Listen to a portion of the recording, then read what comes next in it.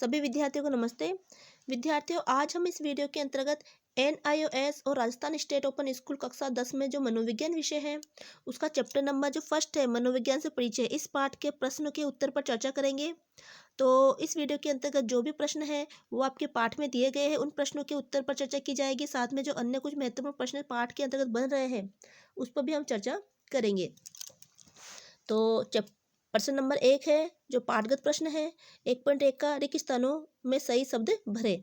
तो पहला प्रश्न है, मनोविज्ञान शब्द की उत्पत्ति दो ग्रीक शब्दों यानी कि साइको तथा लोगस से हुई है। तो ये इसका आंसर है साइको तथा लोगस। ये खाली स्थान यहाँ पर दे रखा है जिसमें साइको और लोगस लिखना है। तो साइको का मतलब होता है ना आत्मा, ठीक है, और लोगस का मतलब हुआ अध्ययन करना। तो मनोविज्ञान शब्द की उत्पत्ति दो ग्रीक शब्दों से हुई है, साइको और लोगस, तो यानी कि आत्मा का अध्ययन करना।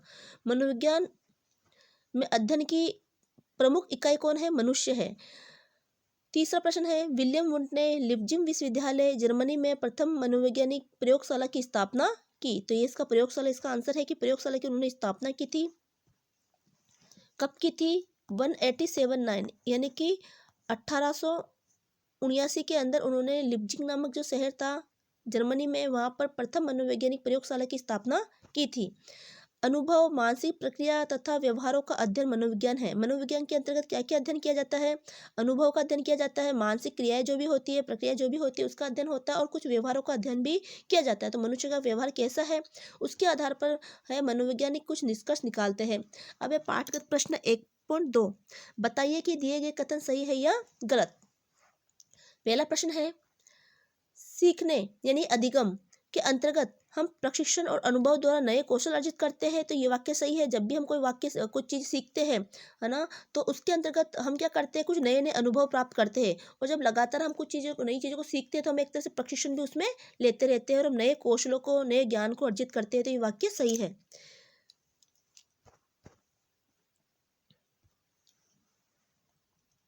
अगला प्रश्न है दूसरा, सांवेदिक उत्तेजनाओं का धारण मस्तिष्क में किया जाता है। तो ये वाक्य गलत है, क्योंकि सांवेदिक उत्तेजना, जो भी उत्तेजनाएं हैं, संवेदनाओं द्वारा जो भी उत्तेजनाएं होती है उसका मस्तिष्क में धारण नहीं किया जाता, वो हमारे मन से संबंधित होता है। तीसरा है चिंतन में हम धारण ज्ञान का प्रयोग विभिन्न समस्याओं के समाधान में करते हैं। तो ये वाक्य सही है कि जो भी चिंतनीय होता है, यानी चिंतनीय सोचना समझना, हम जो विचार करते रहते हैं वही चिंतन कहलाते हैं। तो जो भी हमारे अंदर ज्ञान होता है उस ज्ञान का प्रयोग हम समस्या का समाधान में भी करते हैं। यानी कोई भी आपके सामने समस्या आती है तो आप सोचने विचारने लग जाते हो, उस समस्या का समाधान ढूंढने लगते हो। वो किस वजह से होता है? क्योंकि आप में पहले से ज्ञान मौजूद है, तो उस ज्ञान के आधार पर आप उस समस्या का समाधान निकालते हो। तो ये वाक्य क्या है? सही है। प्रश्न संख्या 4 है, अवधान में हम वातावरण में उपस्थित सभी उत्तेजनाओं पर ध्यान देते हैं। ये वाक्य गलत है। अवधान का मतलब होता है एकाग्रचित होना। जब आप एकाग्र होते हो तो एकाग्र में तो आपका ध्यान एक ही वस्तु पर, एक ही केंद्र पर टिका होता है। आप इधर उधर की उत्तेजनाओं में इधर उधर कहीं भी ध्यान भटकाते नहीं हो। जैसे मान लो आप पढ़ाई कर रहे हो तो आपका ध्यान कहाँ है? पढ़ने में है। आपको सीरियल देख रहे हो तो आपका पूरा ध्यान उस सीरियल में, आपके इर्द गिर्द कुछ कुछ कुछ हो भी रहा है या फिर कुछ कार्य हो रहा है तो उसका आपका अनुभव नहीं हो पाता, यानी आपको पता ही नहीं चलेगा, आप इतने उसमें खो जाते हो, है ना। खो जाना यानी किसी भी कार्य में इतने तल्लीन हो जाना ही क्या कहलाता है? अवधान कहलाता है। ये एकाग्र होता है ना। तो अवधान में हम वातावरण में उपस्थित सभी उत्तेजनाओं पर ध्यान देते हैं, यानी कि सभी उत्तेजनाओं पर हम ध्यान नहीं देते हैं, ठीक है। तो वैसे तो ये वाक्य क्या है? गलत है। अगला है पाठांत प्रश्न। अब ये पाठ के अंतर्गत आपको कुछ प्रश्न दे रखे हैं, उसके हम क्वेश्चन के आंसर देखेंगे। मनोविज्ञान को परिभाषित कीजिए, इस परिभाषा के विभिन्न कारकों के उदाहरण की सहायता से व्याख्या कीजिए। तो मनोविज्ञान क्या है उसके बारे में हमें बताना है। उत्तर है, मनोविज्ञान शब्द की उत्पत्ति ग्रीक भाषा के दो शब्दों साइको तथा लोगस से हुई है। साइको का अर्थ है आत्मा तथा लोगस का अर्थ है अध्ययन। तो साइको का तो क्या हुआ? आत्मा, और लोगस का अर्थ है अध्ययन, यानी आत्मा। इस प्रकार मनोविज्ञान का अर्थ है आत्मा का विज्ञान या आत्मा का अध्ययन, ठीक है। तो आत्मा का विज्ञान इसका अर्थ निकलता है। यह मनोविज्ञान की सबसे पहली परिभाषा थी। इसके बाद मनोविज्ञान की विभिन्न अन्य परिभाषाएं दी गई, जैसे मनोविज्ञान चेतना का विज्ञान है। अंत में मनोविज्ञान को व्यवहार का विज्ञान बताया गया। तो देखो, पहले तो मनोविज्ञान को क्या बताया गया? आत्मा का विज्ञान, है ना। और उसके बाद में मनोविज्ञान को मन का विज्ञान बताया गया। मन के विज्ञान के बाद में मनोविज्ञान को चेतना का विज्ञान बताया गया। फिर उसको अंत में व्यवहार का विज्ञान बताया गया। यानी कि अलग अलग तरीके से मनोविज्ञान के क्षेत्र में अलग अलग तरह के अनुसंधान और खोजें होती गई। अब है परिभाषा। अब इस आधार पर हमने परिभाषा देख सकते हैं हम कि मनोविज्ञान क्या है। तो मनोविज्ञान जो है, मनोविज्ञान प्राणी के व्यवहार का विज्ञान वैज्ञानिक अध्ययन है। तो मनोविज्ञान क्या है? प्राणी के व्यवहार का वैज्ञानिक अध्ययन। इंसान या प्राणी जो भी व्यवहार करता है उसका वैज्ञानिक अध्ययन इसमें किया जाता है। इस परिभाषा में दो मुख्य बातें बताई गई है। पहला है प्राणी का व्यवहार, यानी कि प्राणी के व्यवहार, और वैज्ञानिक अध्ययन। तो इसके बारे में हम जानेंगे कि प्राणी का व्यवहार का मतलब क्या। कि प्राणी के व्यवहार से तात्पर्य है कि इसमें मनुष्य के साथ साथ अन्य जीवों के व्यवहार का भी अध्ययन किया जाता है, जैसे कुत्ते, बिल्ली, चिंपांजी इत्यादि। तो आपने इन पाठों को पढ़ा है तो आपको पता है कि जो अधिगम वाला पाठ है उसके अंदर कुत्ते पर भी है ना, कुत्ते पर पावलों ने जो है उस पर कुत्ते पर अध्ययन किया था। ठीक है, बिल्ली पर जो है, बिल्ली पर भी जो थॉर्नडाइक ने अध्ययन किया था, चिंपांजी पर जो गेस्टाल वादियों ने अध्ययन किया था। तो ये अनेक मनोवैज्ञानिक हुए जिन्होंने इस पर अध्ययन किया। वैज्ञानिक अध्ययन, वैज्ञानिक अध्ययन। अब देखो वैज्ञानिक अध्ययन क्या होता है। तो वैज्ञानिक अध्ययन के अंतर्गत हम जानेंगे कि वैज्ञानिक अध्ययन से अभिप्राय उस अध्ययन से है जिसमें प्रयोग के द्वारा अध्ययन किया जाता है। तो देखो प्रयोग किया, जैसे कि थायराइड ने बिल्ली पर अध्ययन किया। ठीक है, तो उसने अध्ययन करके जाना कि कैसे व्यक्ति किस तरह से सीखता है ना, कैसे वो बार बार अनुक्रिया करके वो सीखता है। तो प्रयोग करके ही उस अध्ययन को सिद्ध किया जाता है, जिसमें प्रयोग के द्वारा अध्ययन किया जाता है। तो वैज्ञानिक अध्ययन के अंतर्गत प्रयोग किया जाता है और फिर उसको अध्ययन को सिद्ध भी किया जाता है कि जो प्रयोग किया गया वो प्रयोग सही सटीक है या नहीं है। अगला प्रश्न है, मानव व्यवहार को प्रभावित करने वाले विभिन्न मानसिक प्रक्रियाओं की व्याख्या कीजिए और उपयुक्त उदाहरण की सहायता से अपने उत्तर की पुष्टि भी कीजिए कि मानव व्यवहार को कौन कौन सी विभिन्न मानसिक क्रियाएं प्रभावित करती है। तो इसका उत्तर है, मानव व्यवहार को प्रभावित करने वाली मानसिक प्रक्रियाओं के अध्ययन के रूप में मस्तिष्क में हो रही उन प्रक्रियाओं का पता लगाने का प्रयास किया जाता है जिनका स्वरूप शरीर न होकर मानसिक होता है। यानी मानव में जो व्यवहार किया जाता है, तो मानव व्यवहार को प्रभावित करने वाली जो प्रक्रिया होती है उनमें हम उन रूपों का अध्ययन करते हैं, उन प्रक्रियाओं का अध्ययन पता लगाते हैं जिसका स्वरूप जो शरीर नहीं है बल्कि क्या है, हमारे मस्तिष्क में कुछ हलचलें चलती रहती है। इन मानसिक प्रक्रियाओं के मुख्यतः संवेदना, प्रत्यक्षीकरण, स्मृति, सीखना और चिंतन आदि है। यानी कि जो भी संवेदनाएं होती है हमारे मस्तिष्क में उत्पन्न होती है, प्रत्यक्षीकरण है ना, कुछ अनुभव को हम ग्रहण करते हैं, हम जो याददाश्त रखते हैं, याद रखते हैं वो हमारी स्मृति में होता है, कुछ हम सीखते हैं उसको याद रख लेते हैं अनुभव द्वारा। ठीक है, और चिंतन हम सोचते विचारते हैं, सारा हमारे ये मस्तिष्क की प्रक्रियाएं होती है। ये मनोवैज्ञानिक प्रक्रिया इस प्रकार से है। अब वो किस प्रकार हमारी सहायता करती है, देखो पहला है संवेदना। विभिन्न संवेदी तंत्र जैसे कि कान, नाक, स्वाद, स्पर्श, आंख, तो जो भी हमारी ज्ञानेंद्रिय है, संवेदना तंत्र यानी कि हमारी जो ज्ञानेंद्रिय, हमारी 5 ज्ञानेंद्रिय है।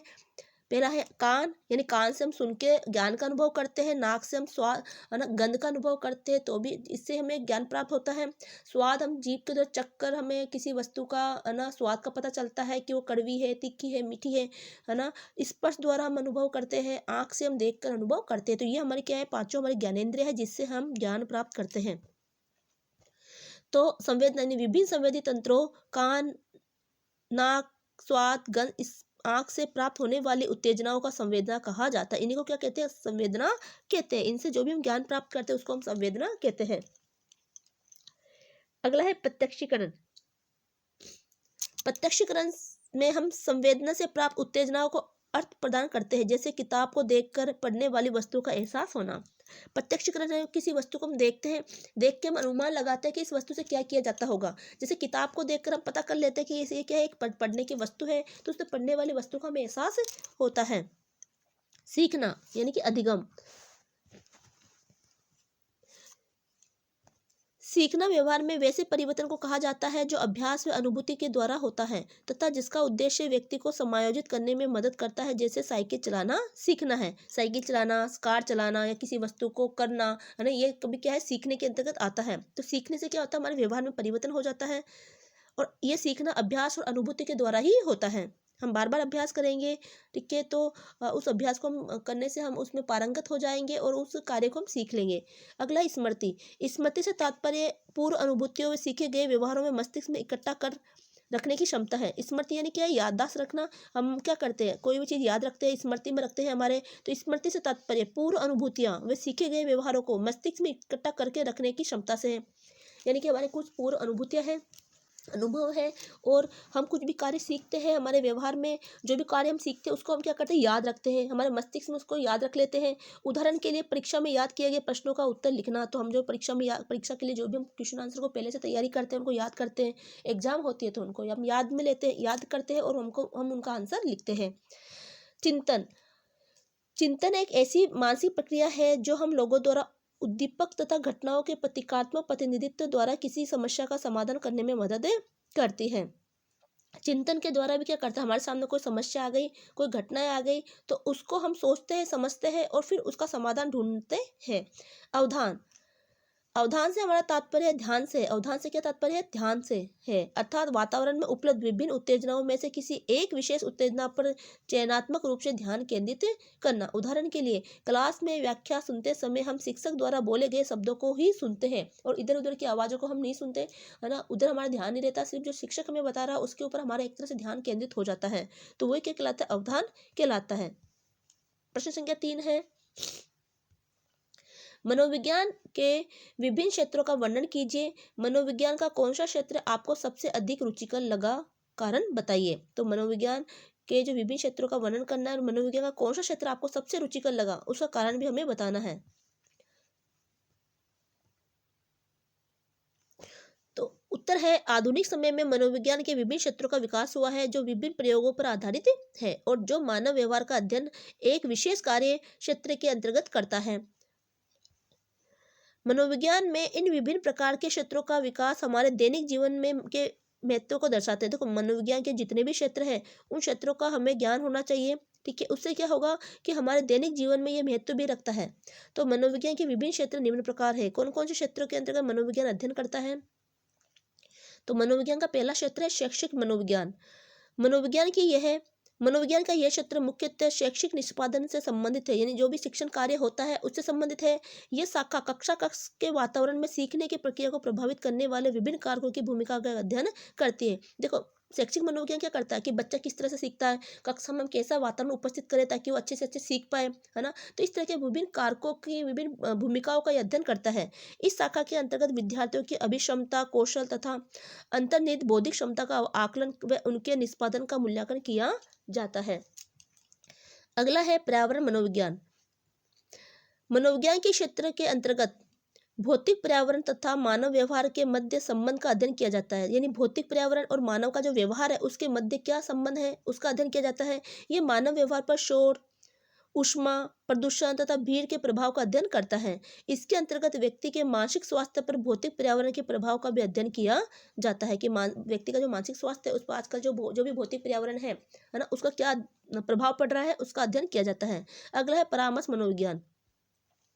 व्यक्ति के सामाजिक और संवेगात्मक जीवन में समायोजन से संबंधित मध्यम श्रेणी की समस्याओं से संबंध है। देखो, हमारा जो व्यक्ति है वो समाज में रहता है, हम समाज में रहते हैं, हम हमारे कुछ संवेग होते हैं, तो उनके मध्य कई बार हमारे कुछ समस्याएं भी उत्पन्न हो जाती है, ठीक है। मान लो, है ना, कुछ ऐसी समस्याएं होती है जो हमारे जीवन में आती रहती है, उसके लिए हमें परामर्श चाहिए होता है, तो कई बार मनोवैज्ञानिक रूप से भी परामर्श दिया जाता है। जैसे कि और ये व्यक्ति के विवाह संबंधी प्रतिबल और व्यवसाय चयन संबंधी विशेष सहायता प्रदान करता है। कई बार ऐसे सेमिनार वगैरह लगाए जाते हैं जहाँ पर आपको अपने करियर में कौन से आप फील्ड को चुने उससे संबंधित आपको परामर्श दिए जाते हैं, है ना। तो आपके व्यवसाय संबंधित चयन में विशेष सहायता भी ये प्रदान करता है। तो परामर्श मनोविज्ञान के अंतर्गत ये आता है। अगला है स्वास्थ्य मनोविज्ञान। यह क्षेत्र बीमारियों की प्रारंभिक प्रगति और उसके उपचार पर मनोवैज्ञानिक कारकों के प्रभाव पर केंद्रित रहता है। यानी ये क्षेत्र स्वास्थ्य मनोविज्ञान में क्या होगा, यानी स्वास्थ्य संबंधी जानकारी इकट्ठा करना, है ना, उसके ऊपर अध्ययन करना कि बीमारियों की प्रारंभिक प्रगति कैसी है और उसके उपचार पर मनोवैज्ञानिक कारकों के प्रभाव पर केंद्रित रहता है। यह क्षेत्र जीवन शैली संबंधी विभिन्न रोग जैसे उच्च रक्तचाप, हृदय धमनी संबंधी रोग, कैंसर और मधुमेह आदि से भी संबंध है। अगला है विकासात्मक मनोविज्ञान। यह क्षेत्र उन विभिन्न शारीरिक तथा मनोवैज्ञानिक कारकों के अध्ययन से संबंधित है जो मनुष्य के जीवन काल में उसके विकास में की अलग अलग अवस्थाओं में होने वाले क्रमबद्ध परिवर्तनों को प्रभावित करती है। देखो, मनुष्य का जो शारीरिक और मनोवैज्ञानिक कारक है, यानी कि ये जो क्या है, विभिन्न शारीरिक और मनोवैज्ञानिक कारक के अध्ययन से संबंधित है, जो क्या करता है, मनुष्य का जो जीवन काल होता है उस जीवन काल के दौरान, है ना, वो अलग अलग अवस्थाओं से गुजरता है ना। वो बाल्य अवस्था से गुजरेगा, शैशव अवस्था से गुजरेगा, किशोर अवस्था उसके शरीर में आएगी, है ना, फिर प्रौढ़ावस्था आ जाएगी, वृद्धावस्था है। उन दौरान उनके शरीर में क्या क्या परिवर्तन होते हैं, उनके मानसिक परिवर्तन कैसा होता है, उनका शारीरिक परिवर्तन कैसा होता है, उनका विचार, उनके संवेग, उसमें किस किस तरह के परिवर्तन होते हैं, वो सारे के सारे माना जो विकासात्मक मनोविज्ञान के अंतर्गत आता है। अगला है असामान्य मनोविज्ञान। तो हम सारे मनोविज्ञान के क्षेत्र देख रहे हैं तो असामान्य मनोविज्ञान, मनोविज्ञान की यह शाखा व्यक्ति के असाधारण व अस्वीकृत प्रकार के व्यवहारों का अध्ययन वर्णन करती है, इनका आकलन करती है, व उनके विषय में भविष्यवाणी करती है। इस शाखा के अंतर्गत असाधारण व्यवहार पर नियंत्रण करने का प्रयास भी किया जाता है। अगला है संज्ञानात्मक मनोविज्ञान।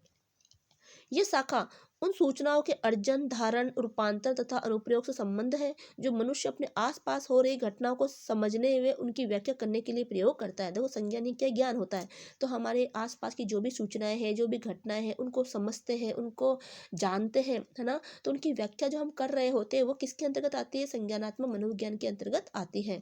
अगला है संगठनात्मक मनोविज्ञान।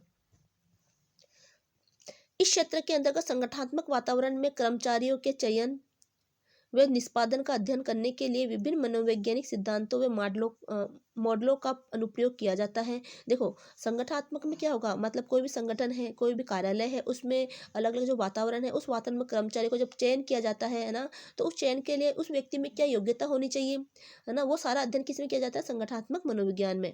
इसके अंतर्गत विभिन्न संकल्पनाओं जैसे नेतृत्व, प्रेरणा कार्य, संतोष व निष्पादन के आकलन का भी अध्ययन किया जाता है। अगला है निदानात्मक और परामर्श मनोविज्ञान। निदानात्मक मनोविज्ञान मुख्यतः विभिन्न प्रकार के मनोवैज्ञानिक विकारों के निदान व उपचार में से संबंधित है। एक नैदानिक मनोवैज्ञानिक मनोचिकित्सक प्रविधियों में प्रशिक्षित होता है। देखो एक नैदानिक मनोचिकित्सक जो मन का उपचार करता है, हमने पाठ में पढ़ा भी है, ठीक है, जो कि क्या कहते हैं, निदानिक का मतलब होता है कि जांच पड़ताल करना। अगर किसी व्यक्ति को कोई रोग हो गया तो पहले उसका डायग्नोसिस किया जाता है, उसका निदान किया जाता है, यानी उसकी जांच की जाती है, उसके बाद में उस रोग का पता लगाया जाता है कि उसको क्या रोग हो गया, ठीक है, फिर उसका उपचार किया जाता है। तो ऐसा ही निदानात्मक में होता है कि पहले किसी के भी रोग का पता लगाया जाता है, मनोरोग का पता लगाया जाता है, फिर उसका क्या किया जाता है, परामर्श देके उसका उपचार किया जाता है। तो निदानात्मक मनोविज्ञान मुख्यतः विभिन्न प्रकार के मनोवैज्ञानिक विकारों के निदान और उपचार से संबंधित है। तो हमने मनोविकार वाला चैप्टर हमने पढ़ा है, पिछला वीडियो आप देखिएगा मनोविज्ञान के अंतर्गत। तो मनोविकार कौन क्या क्या होते हैं, हमारे मन के विकार चैप्टर नंबर हमने 18 पढ़ा था, ठीक है, वो आप देख सकते हो। एक नैदानिक मनोवैज्ञानिक मनोचिकित्सक प्रविधियों में प्रशिक्षित होता है। वो क्या होता है कि हर तरीके की जो चिकित्सक होता है, मनोचिकित्सक, वो हर तरह की विधियों को अपनाने में, इलाज करने में क्या होता है, वो ट्रेनिंग लिया हुआ होता है, प्रशिक्षित होता है। इस प्रविधियों का उपयोग मनोविज्ञान विकारों से पीड़ित व्यक्तियों के उपचार में किया जाता है। जो भी मानसिक रूप से पीड़ित व्यक्ति होते हैं उनके उपचार में इस तरह की प्रविधियाँ यानी कि तरीकों का उपयोग किया जाता है।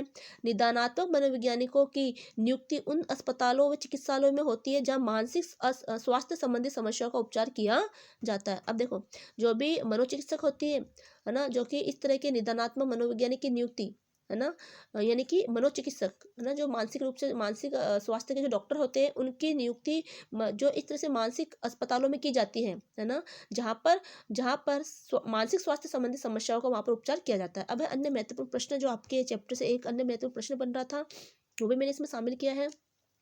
केंद्रीय तंत्रिका तंत्र और स्वायत्त तंत्रिका तंत्र क्या है, समझाइए। तो देखो केंद्रीय तंत्रिका तंत्र और स्वायत्त तंत्रिका तंत्र के बारे में बताना है। तो मानव का अध्ययन जैविक प्रणाली के प्रकार्य विशेषकर तंत्रिका तंत्र से आरंभ होता है। केंद्रीय तंत्रिका तंत्र के अंतर्गत मनोविज्ञान मस्तिष्क के विभिन्न भागों का अध्ययन करता है। तो इसके केंद्रीय तंत्रिका तंत्र के अंतर्गत क्या होता है कि मनोविज्ञान है वो मस्तिष्क के विभिन्न भाग, हमारे दिमाग के कितने कितने भाग है उसका अध्ययन करता है, जो हमारे भावों, संवेगों तथा चिंतन को नियंत्रित करते हैं। स्वायत्त तंत्रिका तंत्र के अंतर्गत हमारे को निर्धारित करने में अंतःस्रावित तथा तंत्रिका प्रेषक यानी कि न्यूरोट्रांसमीटर की भूमिका का अध्ययन किया जाता है। तो ये हमारे केंद्रीय तंत्रिका तंत्र, स्वायत्त तंत्रिका तंत्र के बारे में बता रखा है। तो देखो ये जो बड़े बड़े क्वेश्चन हैं, अब यहाँ से भी कोई भी आपका एक क्वेश्चन बन सकता है। जैसे पूछा जाए विकासात्मक मनोविज्ञान क्या है, उसके बारे में चर्चा कीजिए। तो बड़े क्वेश्चन से आपके छोटे क्वेश्चन के कई आंसर भी बनते हैं, तो आपको इन पॉइंटों को अच्छे से ध्यान रखना है। और जरूरी है कि इससे पहले आप एक बार चैप्टर को भी अच्छे से पढ़ें, चाहे आपके पास पाठ्य पुस्तक है वहाँ से आप पढ़ सकते हो, ठीक है। उसके बाद आप क्वेश्चन आंसर को देखोगे तो आपको आराम से अच्छे से क्वेश्चनों के आंसर भी याद हो जाएंगे। तो उम्मीद है कि आपको क्वेश्चन आंसर की ये सीरीज अच्छे से समझ में आ गई होगी। तो वीडियो को लाइक करें, ज़्यादा से ज़्यादा शेयर करें और चैनल को सब्सक्राइब करें। मिलते हैं अगले वीडियो में, तब तक के लिए जय हिंद, जय भारत।